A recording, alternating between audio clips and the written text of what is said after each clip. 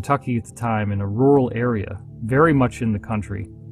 I had a 3-bedroom house that was only $800 a month in rent on an acre and a half of land. I had my own lawnmower, my own yard tools. I got poison ivy frequently, which was extremely unpleasant. And I did enjoy that seclusion. I enjoyed being in the middle of nowhere and having all that time to think and reflect. At the time, I was also working as an intuitive counselor doing what I call dream readings for people. And I have since retired as of August 2005. It is very common when I talk about this that people will ask me if they could have a reading. The answer is no.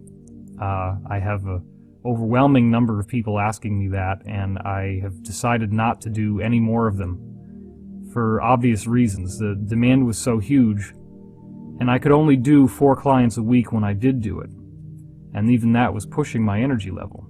This was a situation where I would get a dream about someone on the morning that they were going to have the session, and the dream would actually be a guided tour of their own subconscious mind. I would see all the things that they needed to work on and heal in themselves. And in some cases, this was really a guided tour of nightmares. Some of the experiences I had were so shocking that it really became a feeling that I did not have my own life, that I was like a revolving door that other people's lives were shooting through all the time.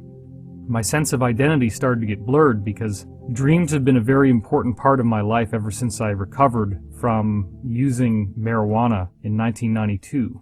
The way that I got sober was to essentially leave behind all of the parts of myself that found pleasure. Getting clean was like ripping out the one thing that I enjoyed the most, because as is often the case with someone who gets deeply involved in this kind of thing, you orient your whole life around what the focus of your addiction is.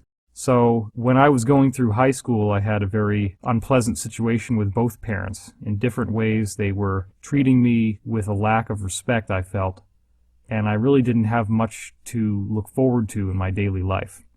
So the drugs did provide that for me, and I can honestly say that during the time that I was most heavily addicted, my mind really wasn't very functional.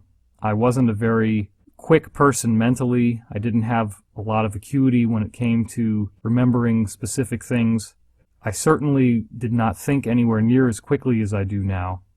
And I actually found myself bored quite a lot.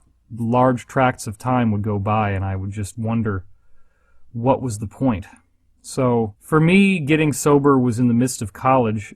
I had all my expenses paid for. I'm talking in part because right now I know a lot of you are in college or in high school. We have a large percentage of the audience who's younger, and you're heading into finals.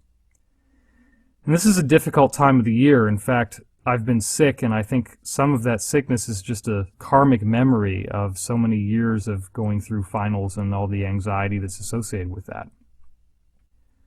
So it was in 1992, in the middle of my sophomore year of college, that I just had this amazing revelation for me that I really just needed to stop doing this.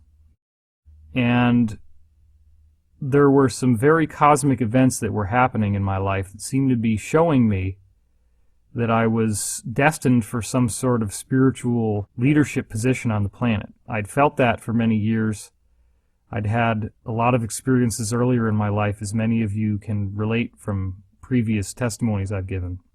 We're not going to do all that again, but the point is that all of the seeds of who I am now were planted early in my life, and then I went into this profound phase of disillusionment. And in that disillusionment phase, I lost touch with who I really was and how I felt, and the sense that there was some sort of meaning to everything.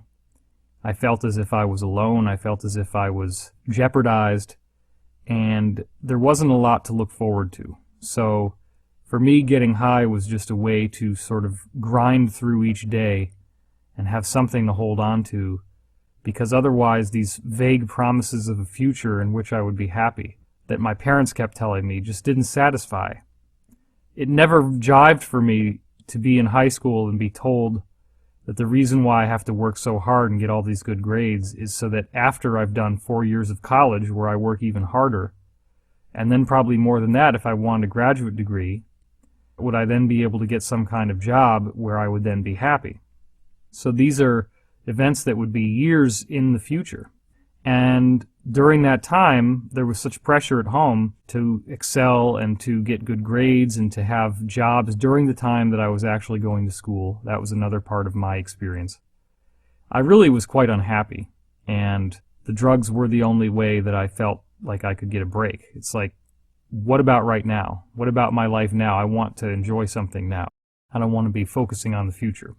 So in a very real sense, getting clean was like ripping my own skin off. It was taking away the one thing in my life that seemed to have been the focal point, seemed to have given me a reason to keep going. What replaced it very quickly was this love for the metaphysical, which was the original track that my life had gone on before I got into all these addictive patterns of behavior. So as my life began unfolding through college, even from the day that I first quit, like within days after I quit, I wrote this huge essay called Earth as a Giant Experiment. And I postulated the idea that there was some sort of group outside that was watching us and actually intending to cultivate certain qualities in humanity, and that those qualities would then be spread throughout the galaxy and would seed other worlds with what we were creating here. So in a very real sense, all the essence of where I am now was formulated in these early days, and on some level we remember these things.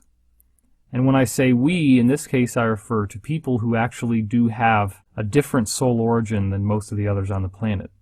People who volunteered to be human, but don't need to be here in terms of their spiritual understandings. They're no longer bound to the cycle of having to reincarnate. They make a voluntary decision to come to this planet and be a part of this game of existence. Of course, most people don't fall in this category, but the surprising aspect is that it's not just a handful of people.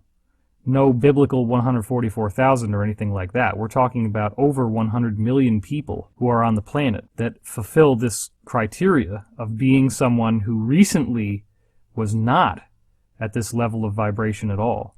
May have only had 1 or 2 incarnations on this planet, and prior to that existed in what we would call a hyperdimensional level or an angelic state of being. So now we have all these people who are here who have volunteered to be human, didn't need to be, and yet they're living their lives and playing out events in much the same way that someone would if they were intending to save the world, for lack of a better term. Now, any one of these so-called wanderers, that's the name for these ET souls or these angelic souls, could find themselves in a position where they would be able to have a singular role of importance in turning things around on this planet. That's part of the point. You have these souls who are programmed to be able to be world leaders, to be able to come in during points of peak crisis and be a focal point for a change. So you see many of the great inventors, the great leaders, the great musicians, etc., people who have created a lot of change and movement in our society, in many, many cases end up being these wanderers who have volunteered to be human. And they always remember who they are on some subconscious level. But that memory is such a strong contrast with what their existence on the planet itself is like that it can be very upsetting to note the difference between those two realities. And so consciously what you feel is a sense of alienation, a sense that you don't really belong here. You're wondering who you are. You're wondering why everyone is so manipulative and so confused and so deceptive to one another. And it never ceases to surprise you when you are disappointed or betrayed or otherwise led astray by people who are not being totally honest and truthful. So this experience for me spent a few years where I started to research ufology and all the various innards of metaphysics. Of course, this is my NASA disclosure, which you've heard me talk about before, where my good friend showed up and told me his physics professor knew that NASA had crashed disks, which the technology had come into their possession, and this knowledge was common throughout the higher echelons of NASA. It was only much later that I found out that NASA also knows that the entire solar system is going through climate change, much like the Earth. And they have, in fact, released little bits and pieces of this